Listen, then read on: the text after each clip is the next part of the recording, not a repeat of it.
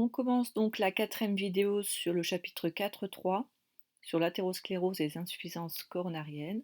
On est toujours dans la première partie du cours et dans le paragraphe 1.4, le diagnostic de l'athérosclérose. Alors, le diagnostic de l'athérosclérose n'est pas simple puisque l'on a vu que cette pathologie était multifactorielle, donc due à plusieurs facteurs, de nombreux facteurs qu'on peut modifier ou non. Vous vous souvenez dans la partie prévention. Donc, la première chose, l'athérosclérose, on sait que la conséquence, c'est qu'il y a des troubles circulatoires. Donc là, en priorité, il faut détecter ces troubles circulatoires. Donc, il y a deux examens paracliniques. Vous vous souvenez, les examens paracliniques sont des examens complémentaires qui sont en fait demandés par votre médecin pour arriver au diagnostic de cette pathologie. Ces deux examens, il faut les connaître, ils sont bien dans la liste des capacités. Il y a le Doppler et l'angiographie numérisée. Donc première partie, on va parler de l'écho-Doppler artériel. Donc ici, vous avez la photo justement d'un médecin qui fait donc un écho-Doppler artériel sur les jambes de cette patiente. Donc la définition, c'est un examen paraclinique par enregistrement graphique utilisant la transmission des ultrasons pour mesurer la vitesse du sang.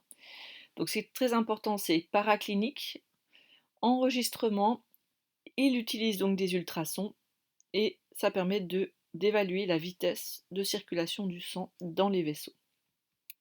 Donc on a ici le principe, on a donc ici une sonde avec des ultrasons qui va ensuite, il va y avoir des échos qui vont être formés par les vaisseaux et être renvoyés sur la sonde et en fonction de la fréquence, on pourra connaître donc la vitesse de circulation du sang.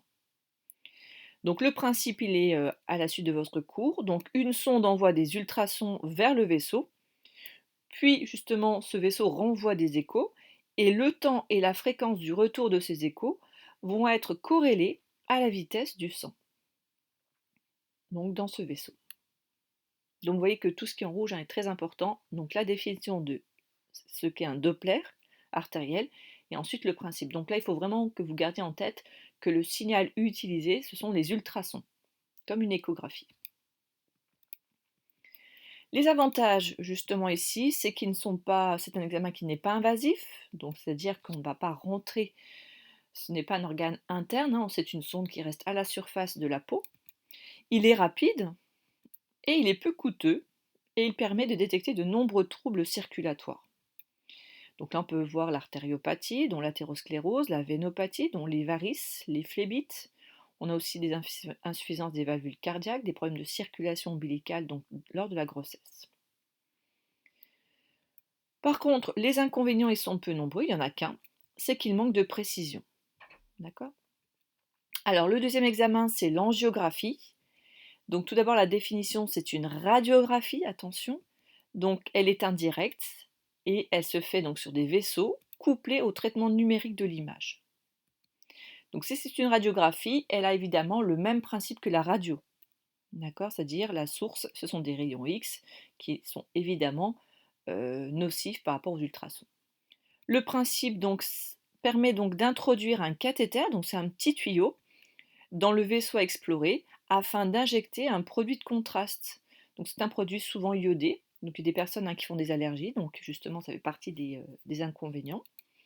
Donc on introduit un petit tuyau dans le vaisseau et ensuite on injecte un produit et après on expose le patient aux rayons X et grâce à cette exposition aux rayons X, les vaisseaux du patient sont bien visibles puisqu'ils apparaissent en noir sur le cliché. Donc dans votre cours, vous devez avoir donc ce document 4 qui montre une image obtenue par angiographie. On voit bien ici en noir, ce sont des vaisseaux sanguins, d'accord, qui sont bien visibles. Et sans produit de contraste, on n'aurait jamais pu voir ces vaisseaux. D'accord, on voit les gros vaisseaux ici et on a des tout petits vaisseaux à côté qui ont également récupéré ce produit de contraste. Donc cathéter, un petit tuyau, on injecte du produit de contraste qui permet donc justement de rendre les vaisseaux opaques aux rayons X et les rendant justement visibles ici à la radiographie. Les avantages, donc c'est un diagnostic de certitude, l'intervention thérapeutique possible en cours d'examen, c'est-à-dire que si on voit qu'un vaisseau est bouché, on peut gonfler un ballonnet et poser un stent.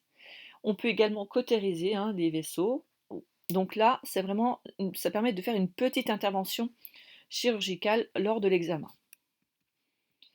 Les inconvénients, c'est justement là, on introduit un cathéter chez le patient, donc c'est ce qu'on appelle un examen invasif.